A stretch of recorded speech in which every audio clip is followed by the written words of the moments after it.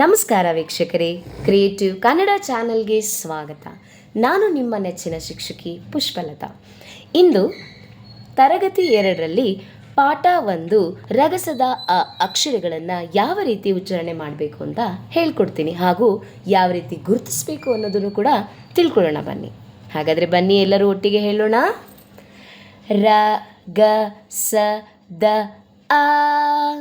ಹೇಳಿ ಎಲ್ಲರ ಜೊತೆಗೆ. ರ ಗ ಸ ದ ಆ. ರ ರ ರಸ. ಗ ಗ ಗರಗಸ. ಸ ಸ ಸರ. ದ ದ ದಸರ. ಅ ಆ ಅರಸ. ಹೇಳಿ. ರ ಗ ಸ ದ ಆ. ಇಷ್ಟವಾದರೆ ಲೈಕ್ ಮಾಡಿ, ಶೇರ್ ಮಾಡಿ ಹಾಗೂ ಸಬ್ಸ್ಕ್ರೈಬ್ ಮಾಡಿ. ಧನ್ಯವಾದಗಳು.